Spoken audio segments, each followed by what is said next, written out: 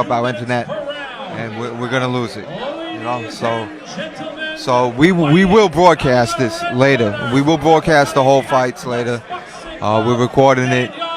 You know, so all right. Well, and this is, let me see, who do we got? Oh, Daniel Bobe. Bobe. It's not Daniel Bobe. It's Daniel Bobe. Bobe.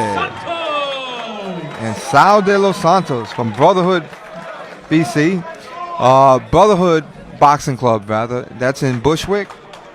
And Daniel Bobe is from Paplex. That's also in Brooklyn. That's in Brooklyn South. That's, okay, I didn't know about that. yeah, in Canarsie. Paplex. So Daniel Bobe is got orange hair, blue gloves on, blue corner, white T-shirt, and Saul de los Santos from Brotherhood is in red, and we're gonna not go by his shirt, but we're gonna go by his gloves and his headgear. And again, they're confusing us with these. Right. So the guy in the blue corner does not have the blue shirt on. The guy in the red corner has the blue shirt on. Danny Bobe scoring with a quick right to the chin, straight right. And Daniel Bobe looks very relaxed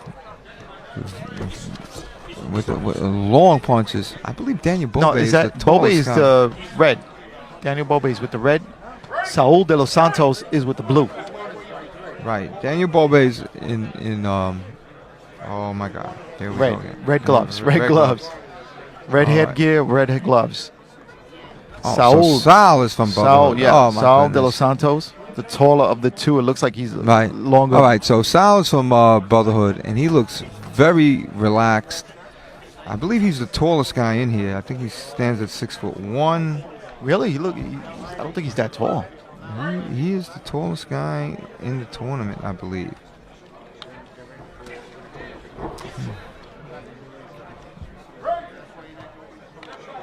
Yeah, he's the tallest guy in the tournament. Really? No, he's not. He's 5'9". Yeah, I was He's gonna say he doesn't look 5'9". like he's 6'1". All right, so let's change that. But he's very relaxed. Says his low, and he's got a nasty body shot. Catching Bobe, backing up Right. Bobe, and Saul is. And Bobe's headgear just spun around a little bit, blocking his vision. Right. I think his headgear looks like it's off, like it's not. It's not on tight enough. Yeah, I don't think so. Yeah. Well, those punches in the face don't help either. No, they do not. Saul de los Santos from Brotherhood, BC, seems to be having his way with Bobe, but again, with these novice fighters, they get in on the inside and they just don't know how to create space. So He's having a hard time, yeah. Right. Definitely having a hard time. So Saul de los Santos is with the orange hair, the blue trunks, blue shoes, blue headgear, everything blue but his shirt, which is white, is in the blue corner. All right, and with Coach Mateo. Mateo seems to know what he's doing.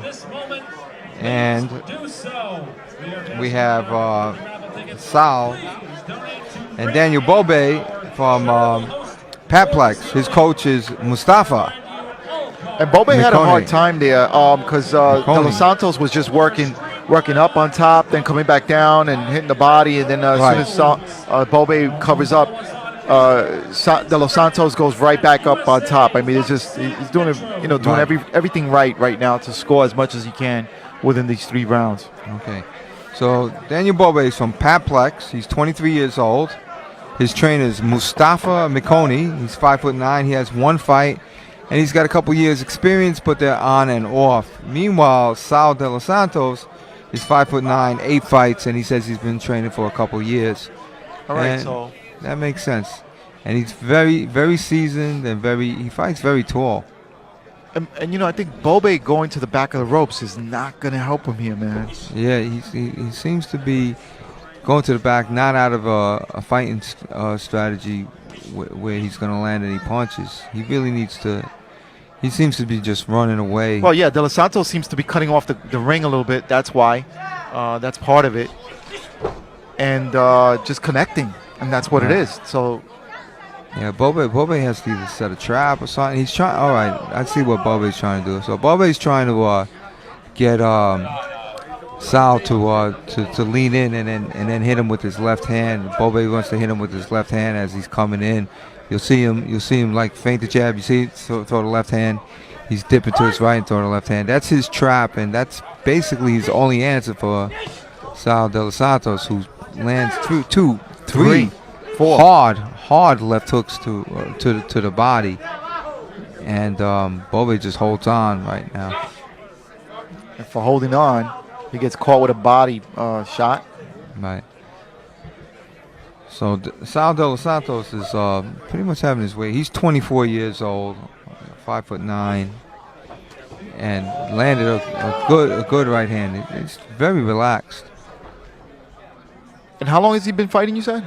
He's Saul de los Santos says he's been fighting for 2 years. He has 8 fights. So this will be probably, if he wins this fight and has one more fight in this tournament, he will be an open fighter from then on. And he's working the body and head. Yeah, that's exactly what he was doing in the first round. He's doing it again now. Yeah, he looks very relaxed. Right, even his head movement looks He's nice. not even breathing hard.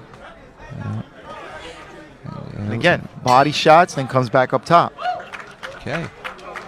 Being the effective of the 2 punches right now. Yeah, I don't think there's any question about it. But you know, when you enter the tournament, back in the day, they used to have sub-novice and open. So sub-novice meant that you have 0 fights, never fought ever, as a senior division, meaning over 16 years old, and you would go in a tournament. And what happened back in the day was that you'd have these kids that have been boxing since they were 11 years old, so they'll have like 100 fights till they're 15, and they get a clean slate, and they would win the sub-novice division. Of course. You know, so now you don't have that. The novice is comprised of like you only allowed so many kid fights, less than 16, and you could only have 10 fights when you're over 16.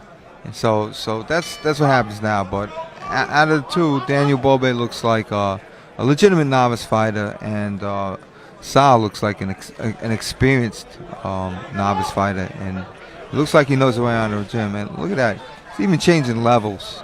Saul, he's and catches Bobe with a hard right hand to the body. It looks like it affected Bobe. Yeah, he's sunk down a little bit.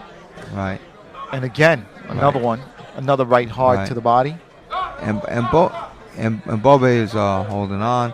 Bobe he's not throwing his jab at all. I think he's just completely.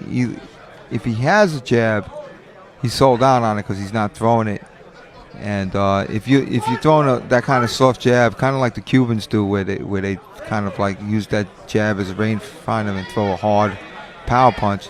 You got to throw the hard power punch, and he's not doing that, Bobe. Well, I think Bobe's he's not jabbing because every time he tries to jab, he gets caught right to the body. Right, he might want to just protect the body. Because again, De Los Santos is cutting him off and just going straight forward. Bobe doesn't have an answer right now. He's trying. He's trying. Well, he rallied a little bit with a couple of punches, but it doesn't seem to disturb De Los Santos.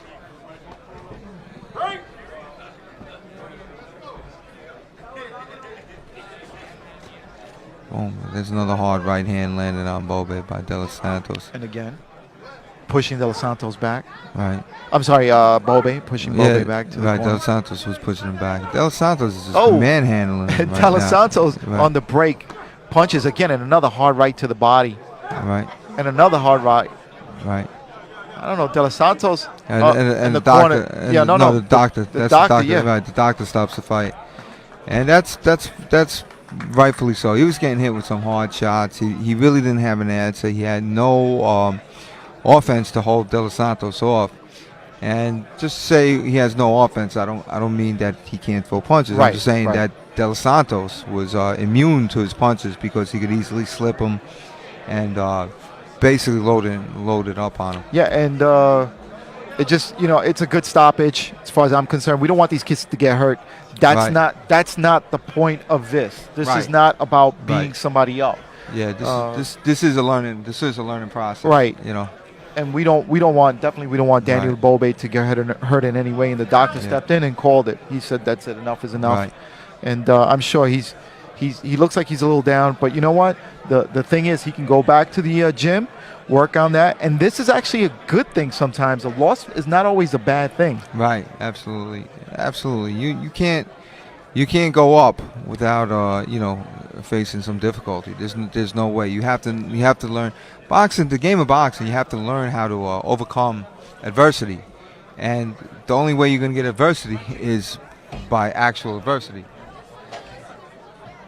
Ladies and gentlemen, the referees and trainers have determined that at the 150 mark of the third round, Daniel Bobe could not continue the fight. Therefore, your winner in the blue corner, Right. Brotherhood Boxing Club, Saul de los Santos.